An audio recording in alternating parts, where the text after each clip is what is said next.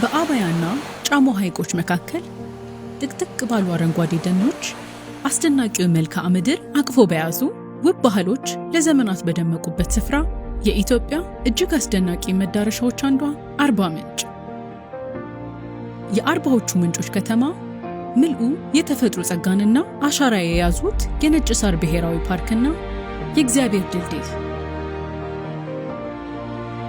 የዱር እንስሳት በአይነት የከተሙባት የተመለከተ ሁሉ የድንቅ ተፈጥሮና አስደማሚ ባህል መዳረሻነቷ የሚመሰከርላት አርባ ምንጭ።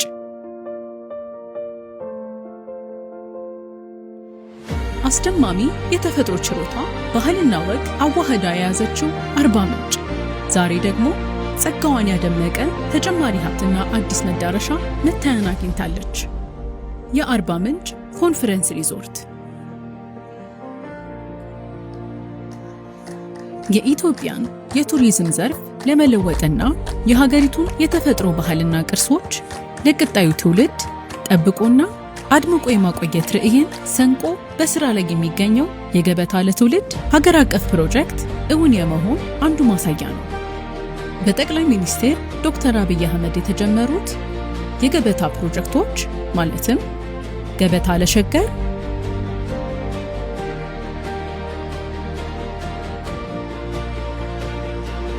ገበታ ለሀገርና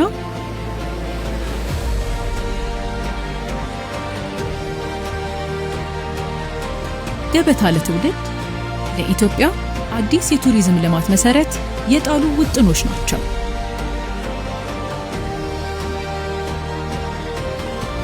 የገበታ ለትውልድ ፕሮጀክት የቱሪዝም መሰረተ ልማቶችን ከመገንባት ባሻገር የኢትዮጵያን ማንነት የሚያንጸባርቁ የተፈጥሮ ሀብቶቿን የሚጠብቁ የአካባቢውን ማህበረሰቦች የሚያነቃቁ እንዲሁም ሀገሪቱን ከአፍሪካ ቀዳሚ የቱሪዝም መዳረሻዎች መካከል ለማስቀመጥ ሰፊ አቅምን እየፈጠረ ይገኛል።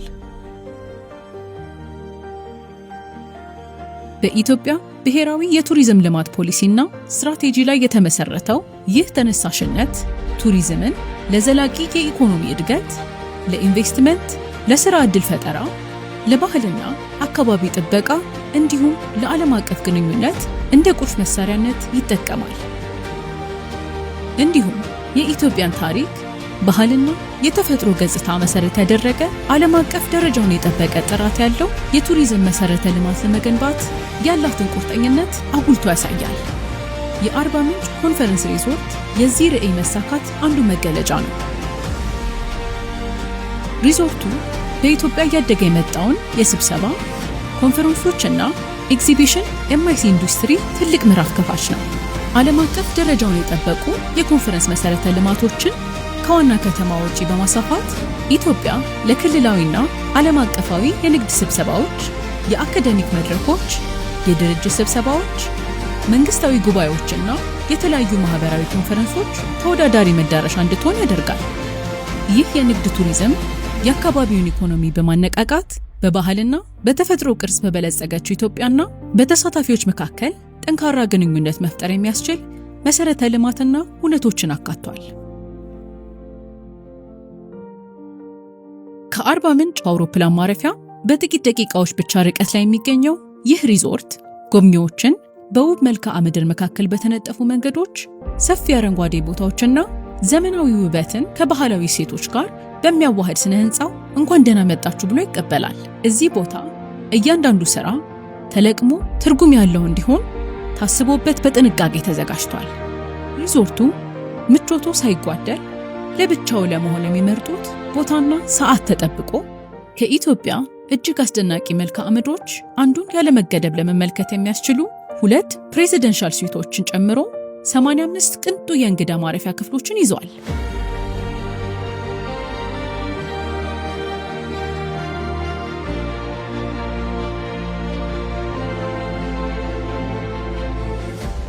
ለዓለም አቀፍና ዘመናዊ የኮንፈረንስ ተጓዥ ታስቦ የተገነባው ይህ ሪዞርት ከ1300 በላይ ተሳታፊዎችን ማስተናገድ የሚችሉ ዘመናዊ ስብሰባ ማዕከላት አሉት።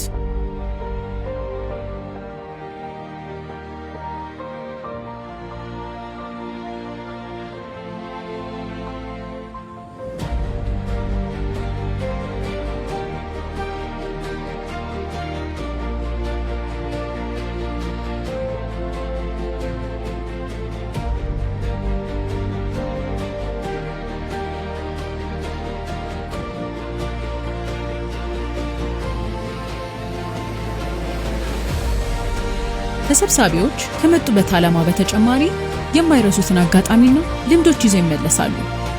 ገበታውም እንዲሁ የማይረሳ ነው።